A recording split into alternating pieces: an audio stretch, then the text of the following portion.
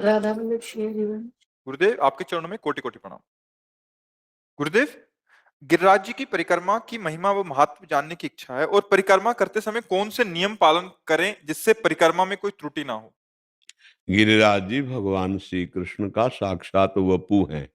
भगवान ने देवराज इंद्र की पूजा रुकवा करके गिरिराज महाराज की पूजन वृत्ति ब्रजवासियों में प्रकट की और स्वयं गिरिराज स्वरूप में प्रकट होकर कहा, मैं गिरिराज हूँ और भोग आरोगा।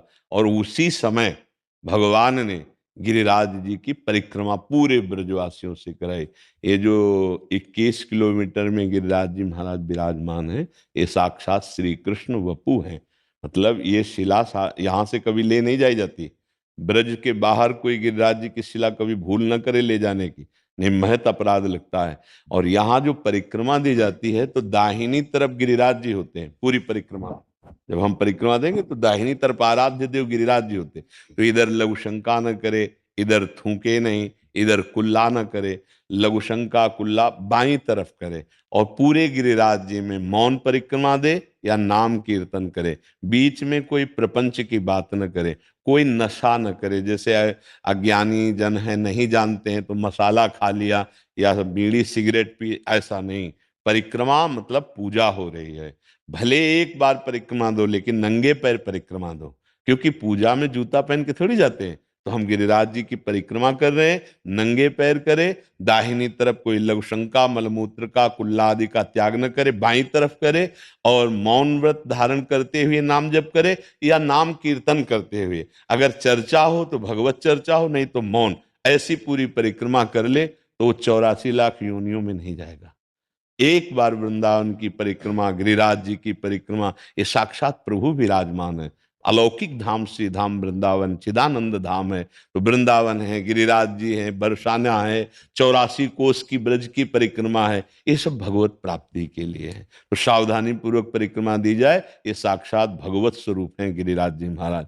जो भी कामना अगर की जाती है और गिरिराज जी की प्रदक्षिणा दी जाए भाव से, तो लाखों की कामनाएं पूर्ण कर दी गिरिराज जी ने और लाखों की करते रहेंगे। पर भाव पूर्वक होना चाहिए, अपराध बीच में ना बने। तो संपूर्ण कामनाओं को पूर्ण करने में समर्थ कल्पतरु कामधेनु सुरतर स्वरूप श्री गिरिराज जी महाराज। जैसे कल्पतरु के नीचे चला जाए जो चाहे वो प्राप्त हो जाता है, जैसे कामधेनु से जो चाहे वो प्राप्त हो जाता है, ऐसे गिरिराज महाराज से प्राप्त हो जाता है। हमारे ब्रज के मुकुटमणि हैं गिरिराज महाराज। महाराज जी, एक दो और संशय थे इसमें। जी जैसे रास्ते में कहीं गुरुजनों के या संत महापुरुषों के आश्रम या उनकी कुटिया, उनके दर्शन करते हो या उधर 1-2 घंटा बैठ के जा सकते हैं, इसको भी हाँ, पर परिक्रमा में? अगर दाहिनी तरफ कोई कुटिया या आश्रम है तो हम वहां लघुशंका नहीं करेंगे। हम सोच रहे बैठ हैं सकते कि हैं महाराज जी उधर हाँ जाके, बैठ सकते हैं। कीर्तन आदि एक जगह पे बैठ के? हाँ हाँ, वो तो कर सकते महाराज हैं जी, अगर क्योंकि कुछ बीच में रास्ते में जैसे परिक्रमा लंबी है, कुछ हाँ पा सकते हैं महाराज जी? हाँ, एक इधर बाईं तरफ बैठकर गिरिराज जी की इस साइड में बैठकर खाएं पिए कुल्ला करें लघुशंका करें, क्योंकि 21 किलोमीटर की यात्रा होती है ना, तो हाँ ऐसा कर सकते महाराज हैं। जी, क्या पादुका आदि में भी परिक्रमा हो सकती है? नहीं, पादुका में पहन करके नहीं हो सकती, बिल्कुल नहीं। पादुका पहन करके कहीं पूजा होती है क्या? पूजा गृह में हम पादुका पहन के थोड़ी जाएंगे। तो ऐसे इस समय जब परिक्रमा दी जाती है तो हम प्रदक्षिणा, ये भक्ति का अंग है, उस समय हम पादुका नहीं पहन। तभी हमने बीच में कहा, भी एक ध्यान से सुना होगा, कि चाहे एक परिक्रमा दे पर नंगे पैर दे। जो मतलब शास्त्रीय नियम है कि पादुका पहन करके कहीं परिक्रमा नहीं होती। जा सकते हो, आप मान लो गिरिराज जी गए हो तो पादुका पहने जा सकते हो, लेकिन जहां परिक्रमा उठाई तो पादुका हटा देनी चाहिए, नंगे पैर देना चाहिए। महाराज जी, एक और संशय। जैसे कुछ वृद्ध जन होते हैं, 70-80 साल की उम्र हो गई है, चल नहीं पा रहे, क्या टमटम आदि से वो बैठ के नंगे वो पैर? दर्शन करना माना जाएगा। पूरे गिरिराज जी का दर्शन हो रहा है टमटम में, रिक्शा में बैठकर। रिक्शा और टमटम में बैठ करके प्रदक्षिणा नहीं मानी जाएगी। वो दर्शन कर रहे हैं आप गिरिराज जी की तलहटी के आसपास। गिरिराज जी का बड़े भाग्यशाली है वो भी। अंदर से ऐसी भावना कर ली जाए कि महाराज जी हम परिक्रमा कर रहे हैं, क्योंकि हमारा इतना शारीरिक हाँ, तो फिर उसमें तो अगर यहाँ ना भी आवे तो भी परिक्रमा का फल मिल जाएगा। ये तो गिरिराज जी आने की बात है। मान लो 1000 कोस दूर है और वो गिरिराज जी का दर्शन कर चुका है एक बार, और प्रदक्षिणा एक बार कर चुका है और वृद्ध है, तो 10 मिनट बैठकर एकांत भाव में आया, एकाग्रता पूर्वक, और प्रणाम करके प्रदक्षिणा शुरू कर दी मानसिक, तो उसको वही फल मिलेगा। ये भी बात है, पर इतनी एकाग्रता सिद्ध पुरुषों में होती है। अब मन तो एक सेकंड में कितना चंचल है, कहां से कहां पहुंच जाता है। पूरी गिरिराज जी की परिक्रमा पूरी एकाग्रता से अगर मानसिक दे दी जाए तो वो भी प्रगट परिक्रमा का ही फल प्रदान करेगा। पर बड़े भाग्यशाली, जैसे अब शरीर वृद्ध है या शरीर में दम नहीं है चलने की, तो वो गाड़ी में बैठ करके, मतलब रिक्शा गाड़ी वो नहीं होती, टमटम या हाँ टमटम साइकिल आदि, आदि, हाँ। तो वो दर्शन है। देखो, इसमें खास बात, जब हम कष्ट सहकर श्रम पूर्वक परिक्रमा करते तो हमारे पाप नष्ट होते हैं। जो तप है, जो कष्ट पूर्वक किया जा रहा है, वो हमारे पापों को नष्ट कर रहा है। और पाप जब नष्ट होते हैं, हृदय निर्मल होता है, तो फिर हमें सुख की प्राप्ति होती है। हमें जो दुख मिलता है वो हमारे पाप कर्म है। इसीलिए कष्ट पूर्वक ये साधना की गई है। नंगे पैर ब्रज 84 कोस की परिक्रमा, नंगे पैर गिरिराज जी की परिक्रमा। अब जैसे 84 कोस की परिक्रमा अपने लोगों ने लगाई, तो कोई पादुका थोड़ी पहनी है, सावधानी रखी गई। तो ये कष्ट पूर्वक तप है, जिससे भगवान प्रसन्न होते हैं, हमारे पाप नष्ट होते हैं।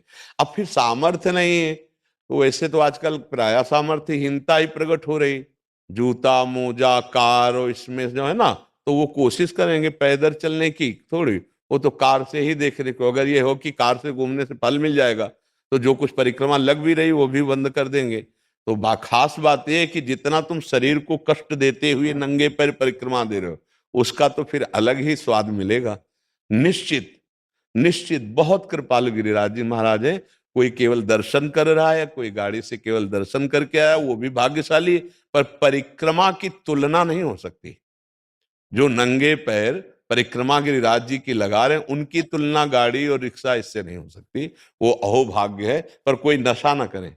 प्राय हमने देखा है कि गलती कर देते हैं, जैसे बीड़ी सिगरेट और तम्बाकू मसाला खाया कि भाई इतना वो मेहनत कर रहे हो, त्रुटि भी कर रहे हो, ठीक नहीं है। अरे कम से कम 5 घंटे गिरिराज जी की परिक्रमा लगी, तो 5 घंटे नाम जप करो, 5 घंटे तो कोई नशा मत करो, 5 घंटे तो कोई गंदी बात मत करो, कोई गंदा चिंतन ना करो, तो उसका लाभ मिलेगा। तो कष्ट पूर्वक जो गिरिराज जी या वृंदावन की परिक्रमा होती है, विशेष लाभदायक होती है। महाराज जी, एक कोई संशय ना रह जाए इसलिए पूछ रहे हैं हाँ महाराज जी। जैसे अभी हम कभी गिरिराज जी आदि जाते हैं, क्योंकि कुछ संत जन आए एक एक दो दो परिक्रमा करते हैं, उनके पैरों के नीचे जी। तो सॉक्स आदि डाल लेते हैं, हाँ, तो वो सॉक्स क्या आदि। है कि वो दो दो तीन तीन जो परिक्रमा करते हैं, वो जूता नहीं पहनते, वो कपड़े की पट्टी बांधते हैं, क्योंकि घाव हो जाते हैं, नियम पूरे करने हैं। तो वो कपड़े की पट्टी बांध लिए या ऊन के कपड़े का ऐसा उनका उद्देश्य जूता पहनना नहीं है। उनका उद्देश्य कि हमें गिरिराज जी की प्रदक्षिणा देनी है। पर अब पैरों में घाव हो गया। पहले अधिकतर हर जगह रज होती थी परिक्रमा में, अब प्राय कंक्रीट वाली रोड है, तो बहुत गर्म होने पर फिर त्वचा कट जाती है। और वो दिन में 3 3 बार लगाते हैं, मान लो 24 घंटे में 3 बार, तो वहां घाव बन जाते हैं। अब उनको अपना नियम पूरा करना है, तो मोटी कपड़े की पट्टी बांध ली या ऊन के ऐसे धारण कर लिए, वो उनके लिए है, उनका निषेधात्मक नहीं है। हम खास बात उनके लिए जो कभी कभी कर रहे हैं, तो वो नंगे, वो कोई जूता नहीं पहनते। महाराज जी, इसमें एक क्वेश्चन, आपने हाँ बोला जूते नहीं डालने, तो जी। क्या जैसे अभी सर्दी आती है, जी। जनसाधारण आदि सॉक्स डाल के डाल कर सकते हैं? नहीं, नहीं, मोजा और जूता दोनों पादुका के अंतर्गत ही आते हैं। हम जब श्री जी के सामने निषेध किए हैं कि नहीं, तो आराधना के लिए मोजा नहीं। अब जैसे वही मोजा पहनकर लघु शंका की है आपने, वही मोजा पहन करके आप अन्यत्र भी, अब वही मोजा पहनकर ठाकुर जी के सामने, मुझे तो अच्छा नहीं लगेगा। हाँ भाई, एकदम ऐसी परिस्थिति है तो नए मोजा जो लघुशंका शौच आदि में नहीं है, और वो पहने हो, तो बात अलग है। जैसे गुरुजन वयोवृद्ध बीमार शरीर, तो वो धारण के पर नए मोजा, वो मोजा पहनकर वो बाथरूम नहीं जाएंगे। हाँ, अगर कोई ऐसी परिस्थिति है, तो ऐसा नए मोजा पहन करके फिर ऐसा कर सकते हैं। पर हमें लगता है कि अगर शरीर काम कर रहा हो, रोगी ना हो, तो कष्ट पूर्वक गिरिराज जी या वृंदावन की परिक्रमा लगानी चाहिए, जिसमें नंगे पैर हो तो और अच्छा है। जैसे बिहारी जी राधा वल्लभ जी के दर्शन के लिए है, तो हमें तो नहीं लगता कि कोई श्रद्धावान उनके सामने वही मोजा पहन कर जाएगा जो बाथरूम में, जो शौच आदि या जो अन्यत्र पहने जाते हैं। वहां तो नंगे पैर जाना चाहिए। डेहरी के बाहर उतार दो और फिर लौट कर आकर उनको पहन लो। दर्शन के लिए तो सिर भर जाऊं उचित असमोरा, सबसे सेवक धर्म कठोरा। हम अपने प्रिया प्रीतम के दर्शन करने जा रहे हैं, धाम के दर्शन करने जा रहे हैं, और हम ऐसा सोचे। उचित तो यह है कि हम सर के बल चल नहीं पाएंगे, नहीं, यहाँ सर के बल चले। हमारी प्रिया प्रीतम की राजधानी है, हमारे प्रभु का धाम है, जैसे हम अपने गुरुद्वारे में अपने गुरुजनों के यहाँ अत्यंत दयनीय होके जाते हैं, तो गुरु के परम गुरु भगवान विराजमान है, तो हम बड़े भाव से जाएं। पर बकाया जिनका शरीर ऐसा नहीं है, वो नवीन मोजे धारण कर लें, नवीन मोजे धारण कर ले जो बाथरूम और शौचालय में प्रयोग नहीं किए महाराज गए। जी जैसे आपने बोला ईस्ट के पास, तो महाराज जी ईस्ट और गुरु में भेद नहीं है, तो जैसे गुरुजनों के पास आते हैं तो उनमें भी ये नियम लागू हाँ, होगा? जैसे अपने यहाँ की नियम है कि छोटा बच्चा है, अब उसको नहीं ज्ञान है ना, उसके मोजे होने चाहिए। दूसरा बीमार और वृद्ध है, उसके नहीं उतराने हैं, क्योंकि उसका शरीर बहुत कमजोर है और इतनी देर में वो ठंड में युक्त हो जाएगा तो पीड़ा पहुंच जाएगी। लेकिन जवान है तो बिलकदाब पहन करके नहीं आना, आप नंगे पैर आइए और आप कष्ट सहिए। ये प्रणाली पवित्र होने के लिए। अब जैसे वृद्ध मूर्ति है, अब उसको आप कह दो कि मोजा उतार दो तो ठंडी लग सकती है, नीचे से उनको जुकाम हो सकता है, लेकिन जवान आदमी सह सकता है। जवान आदमी को तप करने का अवसर है, तो इसलिए हमने दो को छूट दी है, एक छोटा बच्चा और एक वयोवृद्ध रोगी शरीर। अन्यथा सब मोजा रहित होकर के ही श्री जी के दर्शन करें या गुरु जी के दर्शन करें या परिक्रमा लगाएं। अगर छोटी परिक्रमा करते हैं तो या बड़ी नहीं कर पाए हैं तो महाराज जी? परिक्रमा तो पूरी 21 किलोमीटर की है, आज चली जाओ छोटी कर आओ, एक दो दिन बाद फिर चली जाओ बड़ी कर आओ। पर परिक्रमा पूरी तभी मानी जाएगी जब 21 किलोमीटर की परिक्रमा होगी, नहीं तो आधी हुई ना। जी, छोटी कभी कर लें और बड़ी? हाँ, उसको हम 2-3 बार में कर सकते हैं कि आज यहाँ से यहाँ तक किया, चले गए, न मानो सामर्थ्य नहीं, फिर अगली बार यहाँ से यहाँ तक किया, फिर यहाँ से पूरा पूरा कर लिया। तो एक परिक्रमा पूरी ऐसी। जिनका शरीर पूरा साथ नहीं दे रहा, वो थोड़ा थोड़ा करके कर सकते हैं, 3 बार में कर सकते हैं, 4 बार में कर सकते हैं। बड़े नियत स्थान है जिनमें पहचान लगा दी कि हमारी परिक्रमा यहाँ से यहाँ तक हुई, अगली बार आए यहाँ से यहाँ तक कर लिया, फिर यहाँ से यहाँ तक कर लिया, तो ऐसे पूरी परिक्रमा कर सकते हैं, कर सकते हैं जी।